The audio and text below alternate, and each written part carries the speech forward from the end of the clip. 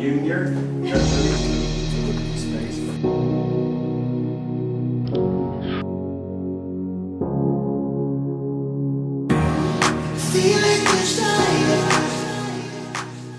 Listen up or run for cover.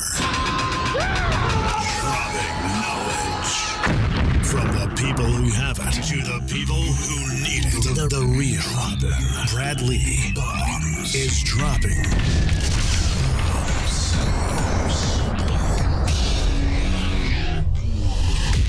what it is. Brad Lea back again with another episode of Dropping Bombs. Today in the studio, I've got not only Albert Syl, but the new and improved Albert Syl since his last visit. He's got more money, more babies, more experience. What else you got going on? More everything. It's the new and improved. More muscles. Better more talk. Cars. More driven events. More driven events. Driven 3 coming up, folks. If you don't have your driven ticket yet, you better get on it. We're still waiting on to see if you get David Goggins. Folks, don't buy a ticket just because David Goggins, because he may not be securable. However, you want to go check out the website. Where is it? Drivenevent.com. Go to drivenevent.com and check out. If you see old Goggins' picture up there, you know Goggins, the dude that wrote Can't Hurt Me. That dude's a freaking amazing, amazing story. But anyway, dude, you got more offices open now. You got all kinds of shit going on. Tell me a little bit about it. Well, we opened more locations. We just opened a location working on San Diego. But we have 8 locations now. We're doing the whole real estate, mortgage, and we have a triangle, which is the third company, which is Driven. When I came here the first time, we were launching Driven. It was going to be the first Driven. How long ago was it the first time? Was it 2017? Seems like it was last week. Yeah. It was like one of the first times that I met you. And we had a Dropping Bombs, and we had it was going to be the first year of Driven. And now what's going on is that it's like a triangle. So each business is flowing business to the other, and it's creating like an effect where it's spreading like a virus, but a good virus. And I just started mastering 4 of my key principles, which are sales, obviously, because without sales, there's no business. And then systems, which right now has my companies running. They're running on autopilot. So deals are closing every day on autopilot. I was gone for a week, and I went to Puerto Rico, came here right after, and just business is running on autopilot because of systems and procedures, which was something that I learned from one guy, Patrick Bet-David, one of my mentors. You know him. I certainly do.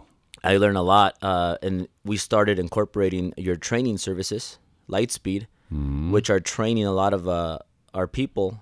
They're turning into generals. They're opening in offices, or they're starting from being a agent to a top producing agent, to building a team, to training a team, to becoming generals, to opening their new locations, which is adding just more locations to the companies, and it's just spreading and spreading and spreading, and on autopilot. And it's really crazy how it's just grown in the last 7 to 8 months. I believe I finally made it. I was telling my team here yesterday, I think I finally made it 8 months ago, 7-8 months ago. Because why was that the magical day? Because after 6 years of struggles, like it's pretty much living paycheck to paycheck, living broke, because every time I made money, I hired another person. I made more money, I hired another person. So I would always say, yeah, I had the nice Ferraris, the nice cars, the nice homes, the nice lifestyle. But I was working my ass off to build an army, to build systems, to build training, and then incorporate marketing, invest money in marketing. So now it's just like 8 months ago, it just finally played out to now it's just excess money coming in and very little money coming out. And it's on autopilot. Like, it doesn't require me to be there 100% holding everybody's hands. Of course. Isn't that the dream? It is. It's life is good, but at the same time, like, once you get to that level, you want to keep pushing. Like, you don't want to slow down, because then your competitors are right behind you trying to put you down. So you have to always stay on offense. And I'm enjoying life right now. Like, so life is great. Having another daughter. That's right. Congrats on that. What are you going to name her? That's the question. We were supposed to name him Enzo to match Italia. But now that we found out it was a girl in the party, in the reveal party, now we have to find a girl name. So you have any suggestions? We'll name her after like a girl car. Like what's a girl car? It has to be a Ferrari, though. Why? Because that's the favorite. You could call her Mercedes. You could call her Bentley. You could call her Tributo. That's a boy name, isn't it? I've never even heard of that name. But dude, so let me ask you a question. After 6 years of struggle, you finally got shit on autopilot. How hard was it to get implemented? What would you tell these people listening going, yeah, it's easy for you to say, dude. Like, what'd you have to go through? Did you grow up rich? No, I didn't, but I learned a lot of things from you and other people that started businesses from scratch. You know, you like that word scratch, but it's magical. When you learn from people that get a business handed to them from daddy or mommy, it's different than when you learn from somebody that started a business from scratch. So that's one of the things that I liked about you, that you have this business Lightspeed, and it's really amazing and mind-blowing how you have everything here. You have it systemized. Like, you have different departments, and you have a lot of employees. How many employees do you have, by the way? I don't know. It's getting lower. It's getting lower? Yeah, because, dude, you always have to innovate. You always have to change. I'm changing things, and you always modify. So right now, I don't know, probably down to 60. Yeah. But do you remember when you hired your first employee? Yes. How many employees did you have to? How many people did you have to go through to get, let's just say, 50 to make it a well, number? you have to search. You know, you got to kiss a few frogs to find a prince. But at the end of the day, man, you know, the better you get at hiring, the lower that number becomes. Yeah. So, like, the way you have your whole operations here, I learned a lot the first time I came here, and I went back and I started getting ideas from a lot of other CEOs, entrepreneurs that open businesses from scratch.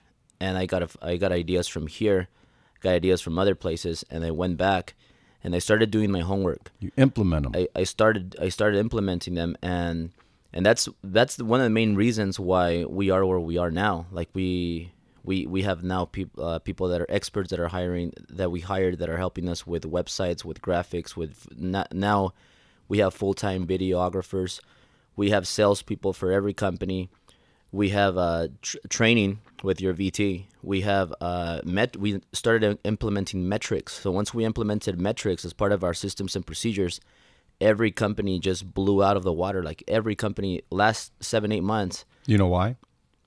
Drives competition, and everybody sees it. And stats, when you don't track your stats, you don't grow. And now we're just tracking every single stat you could think about, every single stat that drives production. Yeah, it's because the old saying, dude, what doesn't get managed or what doesn't get measured doesn't get managed. If Right. if you're not watching it, how is it supposed to grow? And if it's on accident, well, that's not a strategy. That's not a process. That's luck.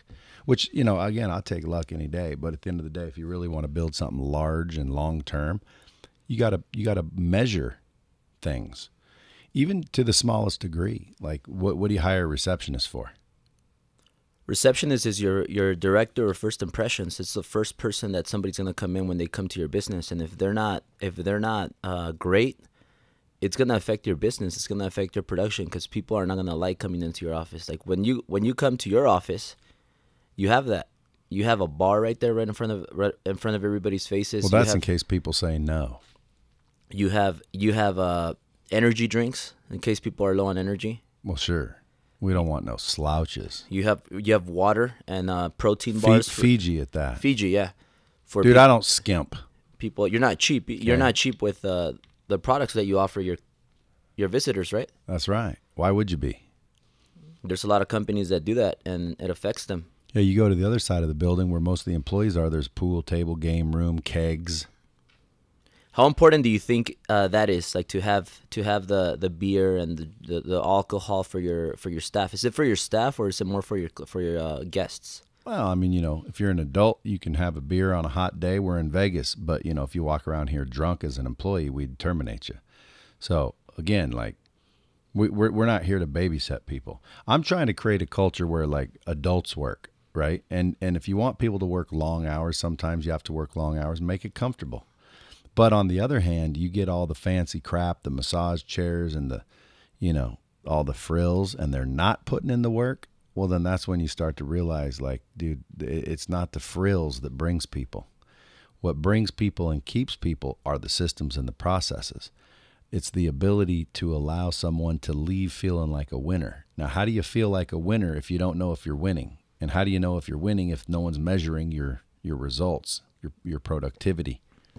So believe it or not, systems and processes, measurement, systems and procedures also actually cultivate a better culture. Yeah. You asked me a question that's really important. You asked me, like, how has it been these last 6 years? Like, has it been a struggle or the ride to my last 7-8 months that I'm telling you about, that my life just changed completely. My first 6 years, and this is a question for you, like I battled, I'm serious about this, I battled heart attacks.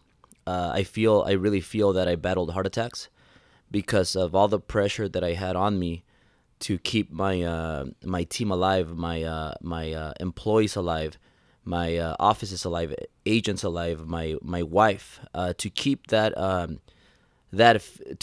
to protect the fear that could go into your wife's head, growing, having babies on the way, and all that stuff. Well, that means you've been fucking. It's a lot of pressure that you deal with, because I remember your story when you needed $50,000 to keep your business running, and you figured it out. But my question to you is, do you ever feel like you were close to maybe collapsing? Did you ever end up in the hospital because of the pressure? Not physically, no. I'm not smart enough to be pressured. Like, I'm one of those guys that I'm always confident that things are going to work out, even if Lightspeed didn't. Like, dude, I mean, I own Lightspeed. Lightspeed doesn't own me. Yeah. So if Lightspeed crashed, dude, I just pick something else up and run the ball down. But I was just never pressured. Like I don't feel that pressure. It's weird. A lot of people say, dude, it must be stressful. I'm like, nah, not really. They're like, well, what'd you do when you did this and when you did that?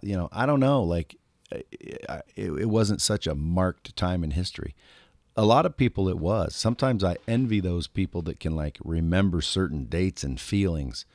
Man, someone asked me the other day, how things are difficult, and I'm like, things have never been really difficult. So I don't remember those things, dude. So I don't get pressured. You never get stressed from business? I get more stressed because I can't figure shit out. You know what I'm saying? And you go pay the experts all the money, and they come in and they don't know shit either. And then you find out they're not experts. They haven't built a huge ass company. They're just freaking making money teaching companies how to do shit they don't even know how to do. So I get stressed sometimes just like walking on a treadmill. I think I should already be a billionaire. I mean, dude, I kick myself in the ass every day. So like right now, I'm implementing some things right now over the next 3 months that is going to probably 5 to 10 times the company's revenue. And, even though we make a lot of money, we spend a lot of money. And would you rather have a $20 million a month company that nets 80 grand or a freaking $2 million a month company that nets 1.4? The one that nets the most. Exactly. So at the end of the day, it's like, that's what stresses me out. It's like, come on. Like, I make more, I spend more. I make more, I spend more. I didn't invest in real estate. See, all the numbers you were talking about last night, all the growth and whatnot, you're not even counting the equity in the properties you own. That's not on those lists. And you don't even think about those. Just like if I owned a piece of property over here, I don't know what it's necessarily appreciating. I just know that it is. And we don't even count that. So because you were smart, dude, you started buying real estate. You started putting it in cash flow assets. So you learned young. I just started learning that. Now I'm just starting to like look for cash flow assets. I wish I did it back when I was freaking 25. So you don't. So by the time you're my age, dude, you'll probably be freaking way farther ahead than I am. But it's not because you're smarter. It's because you had better information, better coaching, and you were smarter about taking it. I used to I wouldn't listen to anybody. You thought you knew everything? No, it's just, I just wanted to learn for myself. Like I didn't seek out books. Of course, again, nowadays, everybody's an expert. Everybody's got a book. Everybody's got a seminar. Everybody's got a workshop. So it's easier now for people to seek that information out. Social media didn't exist. You can look on social media and find somebody that's like a big real estate guy or a big systems guy. You can find experts nowadays where you couldn't find them before. There was no social media, bro. Well, Driven, the reason why we had you, why we had Patrick, why we had Grant and Ty Lopez was because those four things are the formulas that I found that took me to that next level, which are sales, training, systems, and most importantly right now, Marketing. the Ferrari. Yeah, Ferrari marketing. That's the reason why I got the Ferrari, because the Ferrari actually made me a lot of money. Yeah, so you believe that if you didn't have that Ferrari, no one would listen to you? Exactly. I don't believe it. I know it. So if you didn't have a Ferrari, nobody would listen to you. Including you, yeah. That's not true. I didn't know you had a Ferrari. Well, it got your attention. No, it didn't. I didn't even know you had one. But once you found out, it got your attention. No, it didn't. I thought it was cool because I like Ferraris, but I would have liked you if you had a freaking Lexus. Well, if I would have came here, dude, I'm the real Brad Lea. You know what? I keep shit real. But just like you can have a freaking jet, 10 Ferraris, and if you're a dick, I don't like you. I don't like you. What about people that come here and just waste your time, and then they say, I'm gonna get your services, and then they can't even pay $5,000, $10,000, or the $40,000 or whatever the fee is for your service. When they pay you, that earns earns your respect, right? But you gotta kiss a few frogs, bro. I mean, you gotta talk to people. More hands you shake, more money you make. Yeah. Sometimes you gotta talk to those broke fucks to find the rich ones. But then again, I've had a lot of people stroke a check that never did shit either. So I've had people that came in that freaking didn't have much and built a lot with nothing. And then I've had people come in with a lot and didn't do anything with it. Like, I won't say their initials, but I know a dude that like could have made zillions of dollars, millions of dollars with his VT. Never mentioned it, just kind of floats along. Nobody even knows it exists. I tell people he's a client and they're like, he is? I've never seen it. Well, yeah, we're all keeping it a secret apparently. So dude, I'd rather have a young, hungry dude with, difficult to come up with 10 grand. I just know that, especially with online training and things of that nature, you're going to need to market. So I'd rather have someone that's savvy about marketing, has the resources, because then it's easier to achieve what you want. You don't have to, run around and try to find creative ways to do it. So I would rather have someone with money than no money. But I know a lot of people with money, they don't listen. No, they're not doing the right things with their system. They don't leverage interactivity. They're not doing half the shit they should be doing. So how do you pick? But I don't like people because they have Ferraris. Do you think that the reason why they do that is because they have too much money? Like, for example, they don't care. They got fat and happy. Yeah. So, like, I'll give you an example. Somebody that could compare to a person like that, because I know who that person you're talking about is. But there's you asked me a question in the beginning, like, what's changed? My mentors have changed. I started off with a millionaire mentor. He barely was able to take me maybe to 500,000, but then I got a multimillionaire mentor and he took me to millions. And now into today, like what changed the last 12 months from today was I moved into this 10,000 building where you've been there. We pay about $20,000 a month to rent. Seems like a lot. It's stupid for a lot of people, but it wasn't stupid for me because what I was paying for it was the environment. This put me in the place where I met a multi-billionaire. And I became his friend, and he invited me to his office, showed me his operation, which is similar to your operation, similar to a lot of people that run real businesses. And he became my mentor. This guy's worth $4.3 billion. He owns a lot of LA, pretty much like half of LA he owns. He's really wealthy, And who do you want to take advice from? Somebody that's worth 100 million, 200 million, or maybe somebody that's worth 4.3 billion that tells you real estate is the way. Real estate is the way to go. He's teaching you how to create his own, like create a business. So this mentor just gave me a bunch of ideas. He just injected my mind with powerful data, and that's one of the biggest reasons that my life has changed, because I've never been scared to just put money on the line, because I'm buying the environment, I'm buying the friends. Like I bought your friendship, I bought Grant Cardone's friendship, I bought Patrick's friendship. By throwing money at you guys, I got your attention, and then you guys became buddies, and now like I get more time and I learn more. Yeah, but dude, you didn't buy friendship. At least you didn't for me. You bought proximity. Same shit. It's not the same shit, because you could have showed up like a fucking douchebag and you wouldn't have bought shit. You would have wasted your money, because I would have found out you're a douche. And I would have fucking ignored you and kicked you to the curb and fucking made jokes about you. So you didn't buy the friendship. You bought the proximity, which is really what you're trying to say. You weren't afraid to spend the money to get around the people that frickin' are moving and shaking, and now you're moving and shaking. And he's exactly right, folks. Too many people sitting there worried about spending money, and that's why they're not in the 10,000 building. That's why they're not, hanging out with the old B-meister, which, by the way, whether I'm richer than any of them is irrelevant. Time isn't done yet. Number two, I'm the coolest motherfucker, tell the truth. Yeah, I is. I is. Hey, so what? But the point, hold on, let me make a point, because the bomb squad needs to hear this. Too many people out there holding on to their money. Like, again, these events, people keep asking me, who should I listen to when I go to these events? I'm like, first of all, dude, you shouldn't be worried about who's talking at the event. You should try to figure out who's going to be attending the event, and are those the people you would need to be around to either bring you up, make collaborative deals. You got to get in the right rooms. Proximity is power, and you can't be afraid to spend money and make investments. That's why if someone said, should I go to Driven 3? Who's speaking? Who gives a shit? Who's going is the question. Because if all the best people in the world were speaking and there was nobody there but you, and then they left and walked out when they were done, you wasted your money, really.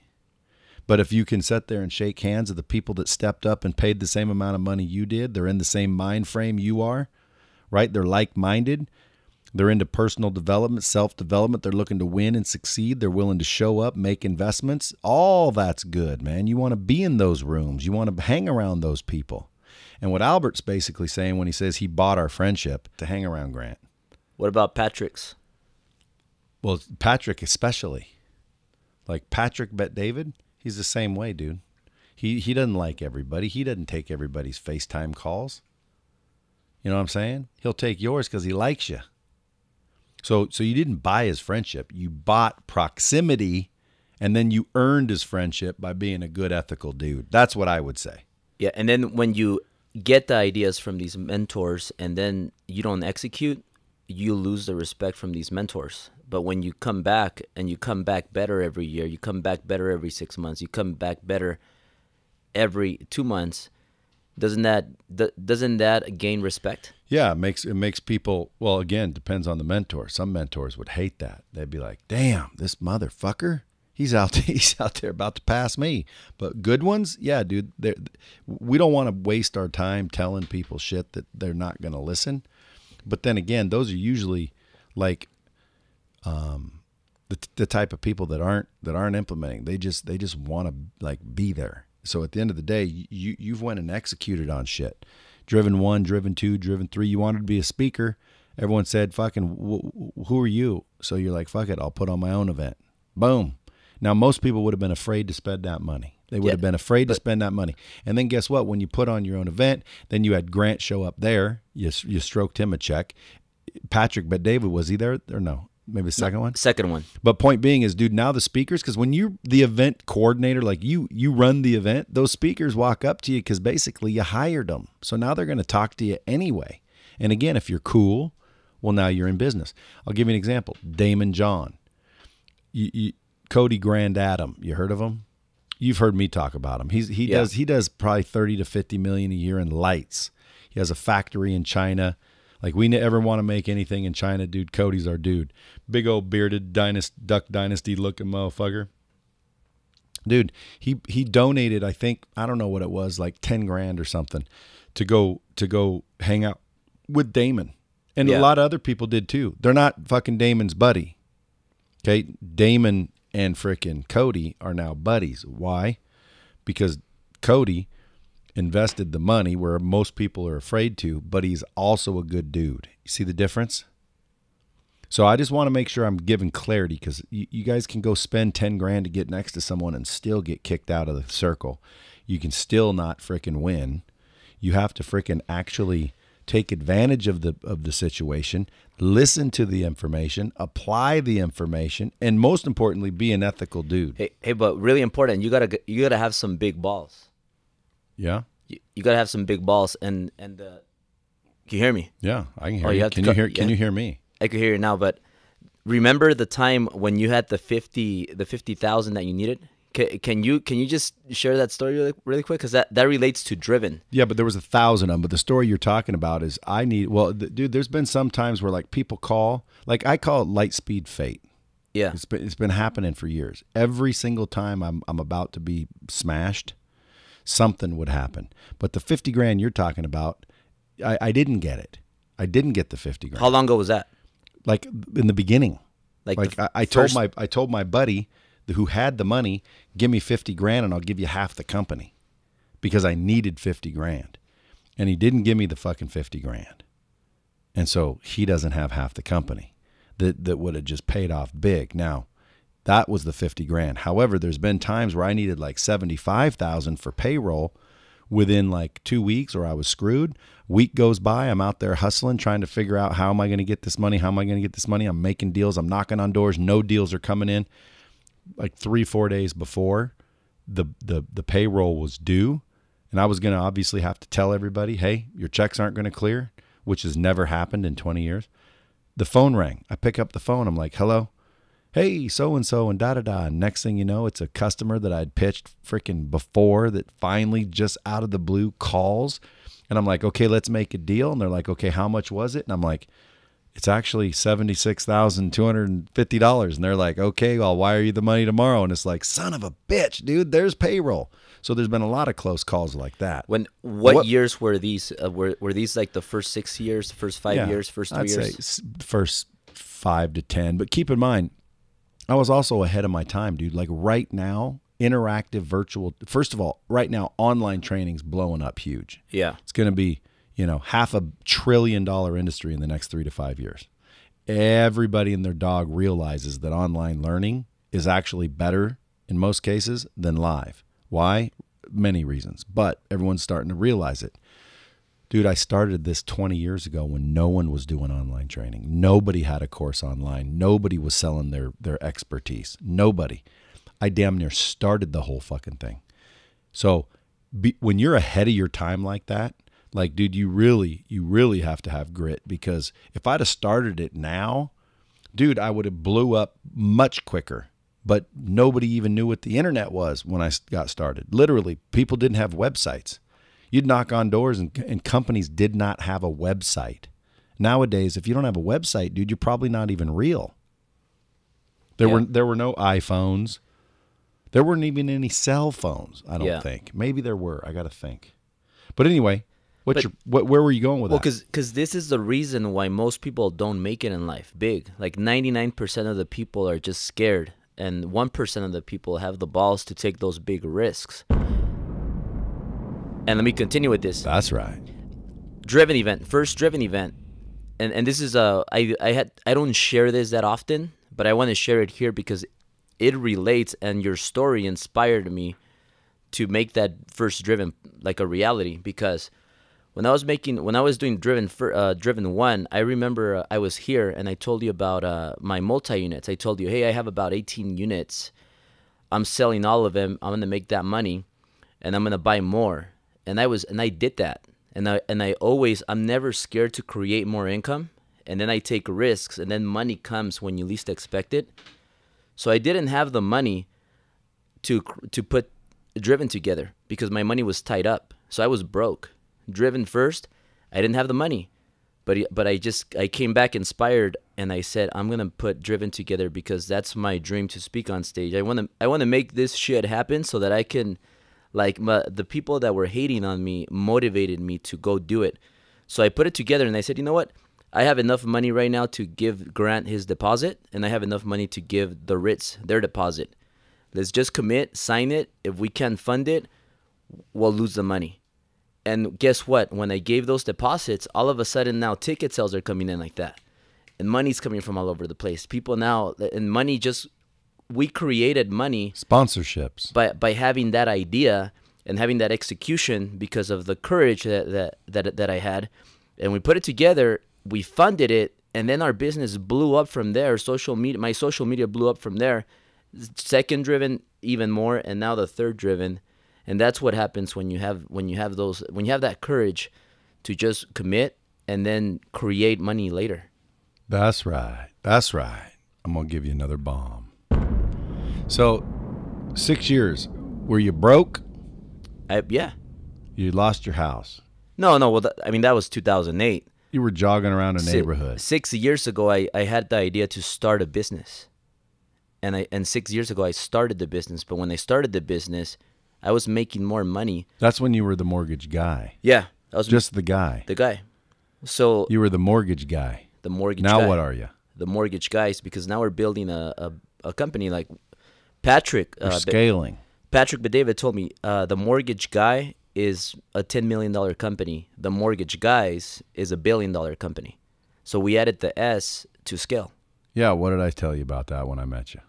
You thought it was a great idea. I said, dude, if I were you, I'd be freaking having a little training system to train people how to go do what you did, because you were the mortgage guy. You knew how to do it. You did it successfully. How do you go get 10 other offices open? Just take a little piece of each of those offices. Yeah. And, dude, that's what I'd be still doing. Okay. My assistant says, we've got to wrap this up. Now, the history of the world, we've never wrapped it up. But since Albert has a flight to catch here soon anyway, Albert, what would be the top 3 things you would be wanting somebody to know that's out there in the position you were in? They're scared. They got a little bit of money, but not a lot. You know, maybe they got kids. Did you have kids? No, you didn't have kids 6 years ago. No. So did you have Syl 6 years ago? Yep. So you had a good solid chick on your side, willing to stick with you. Yeah. Well, what gave you the huevos?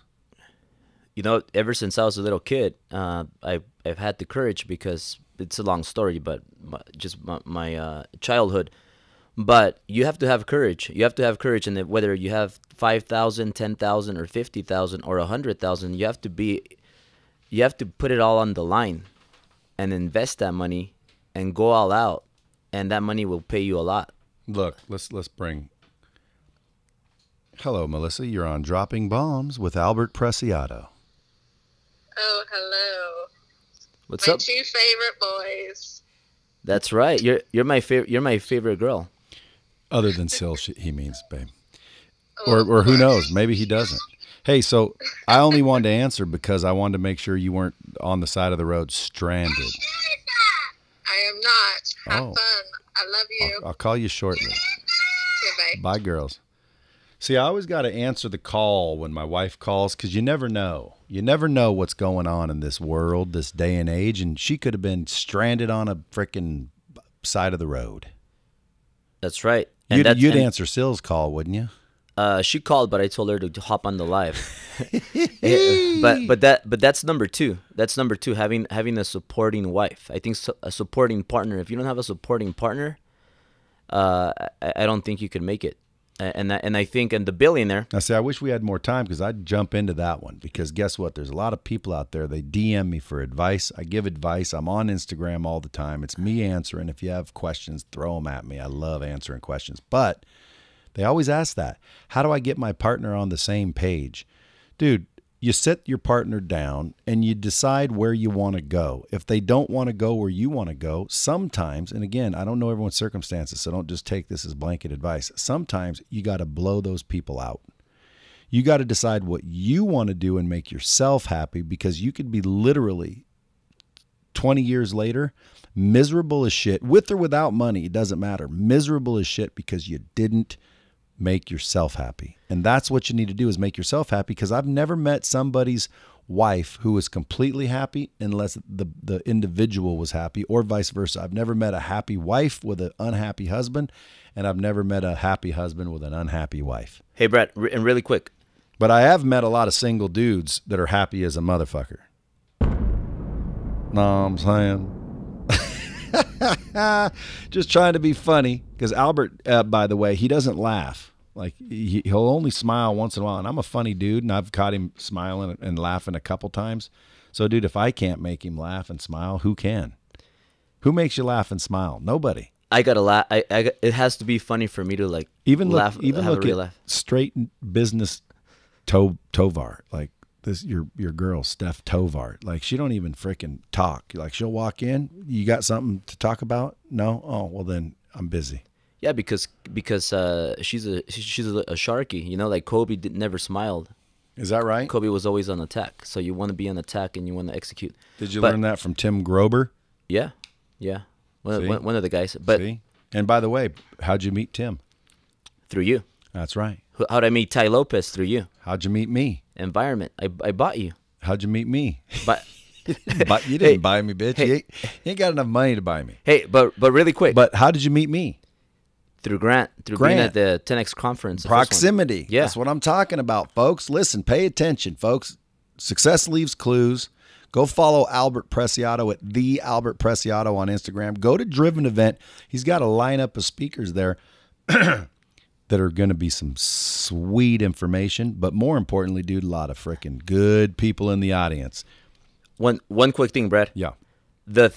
None of this would have been possible if, besides the courage part, this is courage, but without real estate. When I was here 3 years that technically means you owe me half of the real estate you got, right? Well, check this out. When I came why here, are you always trying to be greedy? When I came here the first time, I had about 18 units.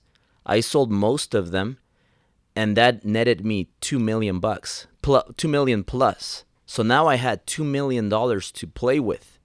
And if it weren't for real estate, if it weren't for me to get that 3-unit property when I only had $3,000 in my bank account, and I took a risk, and that was a 90-plus day escrow, and the agent hated me, the seller hated me, but that I knew it was going to be a 90-day escrow. I got extension, I got another extension, and that $3,000, that's all I had in my bank account when I got my 3-unit property. That turned into $2 million plus, and because of that $2 million plus, I was able to invest it, buy buddies, buy bigger projects, create other businesses.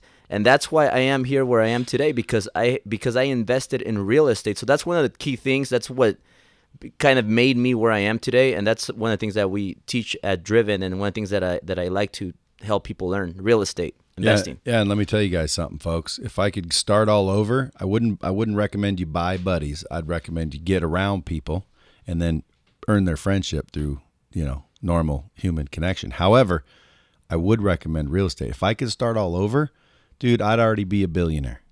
I've spent more money trying to impress people than you can imagine, and it was all a waste. If I just would have been smarter and learned back then, like, can you imagine if I started buying real estate when I was 25?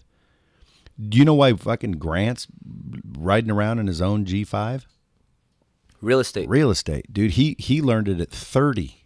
He's 62, dude. That's 32 years of living broke. He had a couple $1 million in the bank driving a Camry.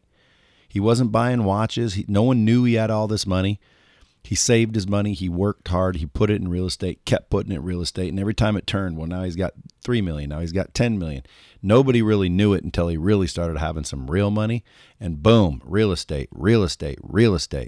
And there's a lot of ways to get into real estate. There's a lot of ways, but cash flow assets. And it doesn't have to be real estate, dude. Do you call hotels real estate? Because I would. Yeah. Yeah, well then, again, hotels, I'd love to own some hotels, commercial buildings, actual dirt. I don't mind dirt. I talked to a guy worth, $4 or $5 billion at this last event I was speaking at, and he was in the audience. It's this thing called Secret Knock. A lot of very successful people just go to listen to who's there.